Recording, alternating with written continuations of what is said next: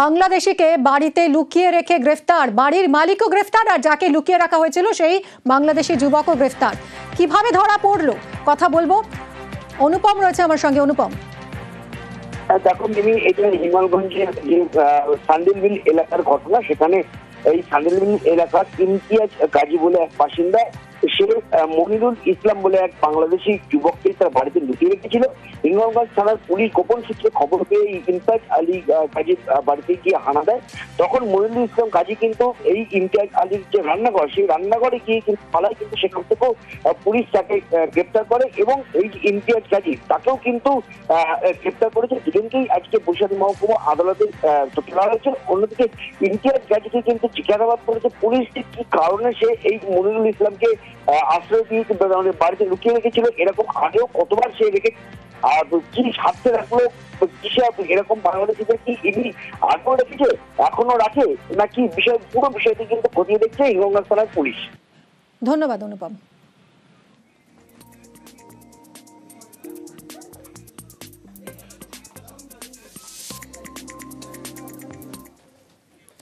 একজন দুজন নয়, ৭৫ জনের জমি হাতিয়ে নিয়েছেন এক ব্যবসায়ী।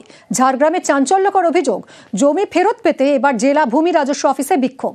পরে জেলা শাসকের কাছে লিখিত অভিযোগ দায়ের করা হয়।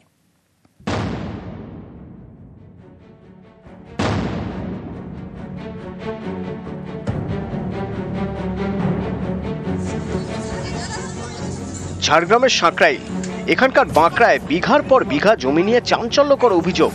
মালিকরা কিছু জানেনই না, অথচ তাদের জমি বিক্রি হয়ে গিয়েছে।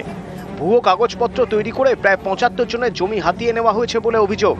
এই জমি ফেরত পেতে সোমবার জেলা ভূমি রাজস্ব অফিসে বিক্ষোভ দেখান বাসিন্দারা।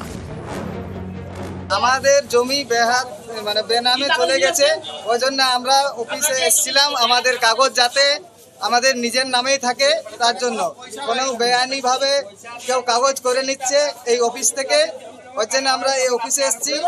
এবং আমরা সবাই এসেছি, গ্রামের প্রায় ২৫০-২০০ লোকের জমি এদিক ওদিক করে দিয়েছে। আমি নিজে প্রত্যক্ষ বেঁচে আছি, আমার বাবা বেঁচে আছেন, বাবাকে মৃত অলরেডি ঘোষণা করে দিয়েছে। আপনারা কি করছেন? আমরা এটা নিয়ে ভাবছি যে আমাদের যাতে সুরাহা হয়, ১ নম্বর। দ্বিতীয় নম্বর, কিভাবে ওয়ারিশ সার্টিফিকেটটা পেলো উনি বা কোথা থেকে ইস্যু হয়েছে সেগুলো আমাদের জানার প্রয়োজন আছে, এবং এগুলো যাতে ক্যান্সেলেশন হয়, যার যার জায়গা সবার ফিরে আসে, এবং যারা এর জন্য দোষী তারা যাতে কঠোর থেকে কঠোরতম শাস্তি পায়, এটাই আমাদের দাবি।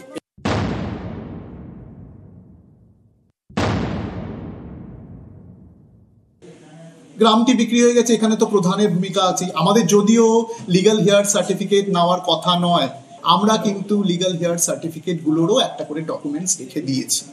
মানে এখানে প্রধানেরও একটা দায়িত্ব থাকে, এবং অবশ্যই প্রধানই তো লিগ্যাল হেয়ার সার্টিফিকেট গুলো দিচ্ছেন। আমি অভিযোগপত্র রিসিভ করে নিয়েছি, ওনাদের দেখছি আমি, এবং তদন্তের আশ্বাস দিয়েছি। আমি বলেছি যারা যারা এখানে ইনভলভ, যারা যারা এখানে যাদের গাফিলতি পাওয়া যাবে, আমি সুমোটো এফআইআর। জেলা ভূমি রাজস্ব অফিসে প্রথমে বিক্ষোভ, এরপর ঝাড়গ্রাম জেলা শাসকের কাছে লিখিত অভিযোগ জমা করা হয়। অভিযোগটা এসছে, তো আজকে ওরা আমাকে দিয়ে গেল অভিযোগপত্র। তো আমরা তদন্ত করাচ্ছি, পুরো ডিটেলস তদন্ত হচ্ছে। ডিটেলস তদন্ত করে দিয়ে যা দাঁড়াবে, যদি ভুল ট্রান্সফার হয়ে থাকে সব রেস্টোর হবে, যা আইনের হিসাবে যা অ্যাকশন নেওয়ার আমরা নিচ্ছি। ঝাড়গ্রামের সাঁকরাইলের জমি ব্যবসায়ী সুজিত কোঙার, তার বিরুদ্ধে সরব স্থানীয়রা।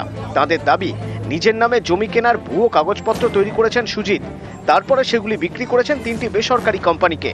এ নিয়েই জোর শোরগোল। নিজেদের জমি ফেরত পেতে তারা প্রশাসনের দ্বারস্থ হয়েছেন। ঝাড়গ্রাম থেকে রাজু সিং, নিউজ 18 বাংলা।